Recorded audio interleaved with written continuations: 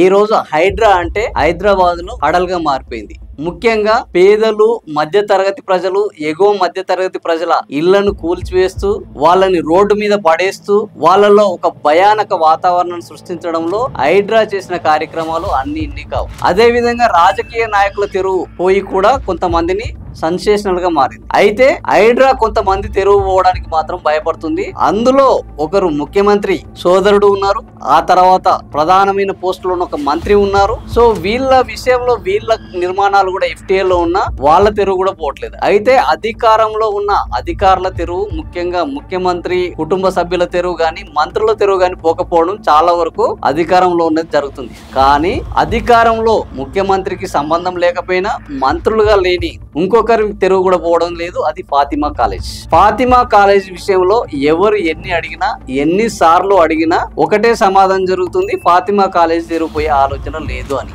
ఇటీవల హైడ్రా కమిషనర్ రంగనాథ్ మాట్లాడుతూ అనేక విషయాలు పంచుకున్నారు. కానీ ఫాతిమా కాలేజ్ తెరువు ఎందుకు పోవడం లేదు అంటే పాత పాటే పాడడం జరిగింది. ఫాతిమా కాలేజ్ చారిటీ చేస్తున్నది, విద్యార్థులకు విద్యను అందిస్తుంది. ఆ విద్యార్థులకు విద్యను అందిస్తే వాళ్ళని డిస్ప్లేస్మెంట్ చేస్తే విద్యార్థులు నష్టపోతారు అని. కానీ వాస్తవానికి జరిగేది ఏంటంటే, ఒకవేళ ఎవరైనా FTL తెరువు పోతే FTL లో ఉన్న వాళ్ళను తరలించి వేరే విద్యాలయంలో వాళ్ళకు సీట్లు ఇప్పించి ఆ FTL పరిధిలో ఉన్న వాటిని కూల్చాలి. ఇప్పటి వరకు హైడ్రా అదే చేస్తున్నది. FTL పరిధిలో నిర్ధారణ కాకముందుకే ఇది FTL లో ఉన్నది అంటూ అనేక మంది ఇళ్లను, ఫామ్ హౌస్లను, నిర్మాణాలను కూల్చివేసింది. కానీ ఫాతిమా కాలేజ్ అంటే మాత్రం అడలిపోతుంది.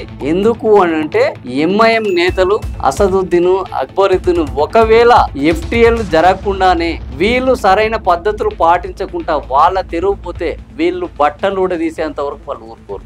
ఈ రోజు హైడ్రా ఏర్పాట్లో గాని, కమిషనర్ చేస్తున్న కార్యక్రమాల్లో గాని అనేక లోటుపాట్లు ఉన్నాయి. ఇదే విషయం పైన ఇప్పటికే హైకోర్టు అనేక సార్లు వీళ్ళకు అక్షింతలేసింది, మొట్టికాయలేసింది, వాళ్ళని ఇష్టం వచ్చినట్టు తిట్టింది. అయినా కూడా దున్నపోతు మీద వానబడ్డట్టు, నవ్విపోదురులే నాకేంటి సిగ్గు అన్నట్టు ఈ రోజు హైడ్రా వ్యవహారం కొనసాగుతుంది. ఇదే అంశం మీద ఫాతిమా కాలేజ్ కి సంబంధించి ఒక్క అడుగు ముందుకెళ్లినా మా పని అయిపోతుందన్న పద్ధతిలో ఈ రోజు హైడ్రా కమిషనర్ రంగనాథ్ వ్యవహరిస్తున్నారు. రంగనాథ్ ఇల్లు కూడా అలాంటి పరిస్థితుల్లోనే ఉన్నది అని బక్క జెర్సన్ తీవ్రమైన ఆరోపణలు చేశారు, విమర్శలు చేశారు. ఆయన అనేక ఆధారాలు బయటకు తీసుకొచ్చారు. కానీ ఆయన ఇప్పటి వరకు హైడ్రా కమిషనర్ దానికి తూతూ మంత్రపు సమాధానాలు చెప్పి తప్పించుకొని తిరుగుతున్నారు. సో ఇప్పుడు హైడ్రాని అడలెత్తిస్తున్న ఒకే ఒక నాయకులు ఎవరు అంటే MIM నేతలు. అది అసదుద్దీన్ ఓవైసీ, అక్బరుద్దీన్ ఓవైసీ. సో అధికారంలో ఎవరున్నా వాళ్ళకు అనుయాయులుగా ఉంటూ, వాళ్ళకు అనుకూలంగా ఉంటూ, వాళ్ళ తెరువు ఎవరు వచ్చినా వాళ్ళ సంగతి తేల్స్తామని మరోసారి MIM నేతలు వాళ్ళు తేల్చి చెప్పడం, హైడ్రా కూడా అందుకు మినహాయింపు కాదు అని వాళ్ళు వాళ్ళ చేతుల్లో చేసి చూపెట్టారు. మరి ఇంకా ఈ హైడ్రా తన ప్రతాపాన్ని కేవలం పేదల మీద,